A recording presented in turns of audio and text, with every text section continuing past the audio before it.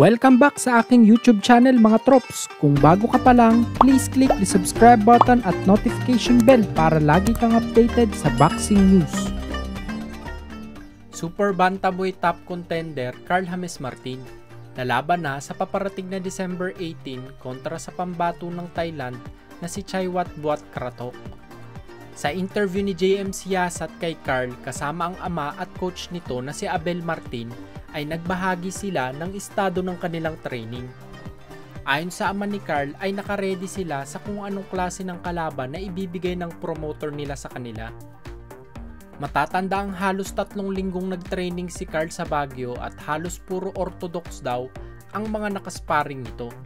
Kaya nang matanong ni JM Siasat si Carl kung magiging problema ito, given the fact na kaliwete pala ang makakalaban ni Carl na si Chaiwat, ay sumagot si Carl nasanayan lang daw ito. Wala rin daw idea si Carl na kaliwete pala ang makakaharap niya, kaya sa tingin niya ay kinakailangan na lang nila ng konting adjustment.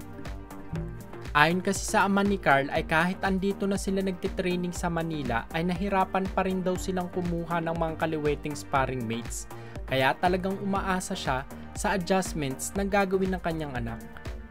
Sa laban na ito mga trops ay paglalabanan ang WBO Global Super Bantamweight Belt na binakla sa ating angas ng Pinas, Janriel Cuadro Alas Casimero. Kaya para kay Carl James Martin ay malaking opportunity ang laban na ito dahil kung sakaling manalo ay paniguradong aangat na naman ang kanyang ranking sa WBO. Currently ay nasa rank 8 na si Martin sa WBO at rank 4 naman sa IBF. Abangan natin ang laban bukas mga trops. Kung manalo ang ating pambatong si Martin, ay paniguradong mababalasan na naman ang ranking sa Super Bantamweight Division. Sa kabilang dako naman po tayo, Luis Pantera Nery, planong ibangga kay WBO WBC Super Bantamweight Champion na Oya the Monster Inoue sa buwan ng Mayo sa susunod na taon. At ayan ay kung magawang manalo ni Inoue sa laban niya sa ating pambatong si WBA and IBF Super Bantamweight Champion Marlon the Nightmare Tapales ngayong paparating na December 26 sa bansang Japan.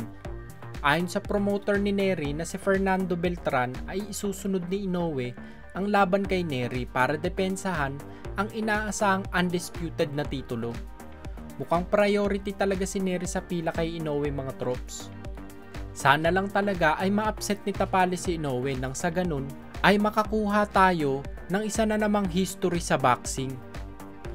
Sa huling balita na mga trops, kakatapos nga lang po ng laban ng former WBA and IBF Super Bantamweight Champion Murodjon Akhmadaliev kontra sa top contender na si Kevin Gonzalez. Kahanga-hangang ipinakitang performance si Akhmadaliev sa kanyang pagbabalik mga trops.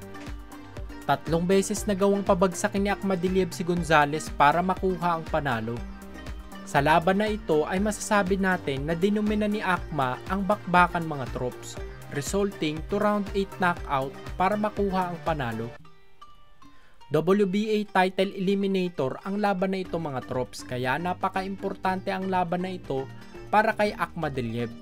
Abangan natin mga trops kung magagawang makabalik ni Akhma sa pagiging kampyon sa Super Bantamweight Division. Kung nagustuhan nyo ang balita na yun mga trops, bigyan nyo naman ako ng isang suntok sa like button dyan. Shoutout muna tayo sa mga pogi nating mga trops.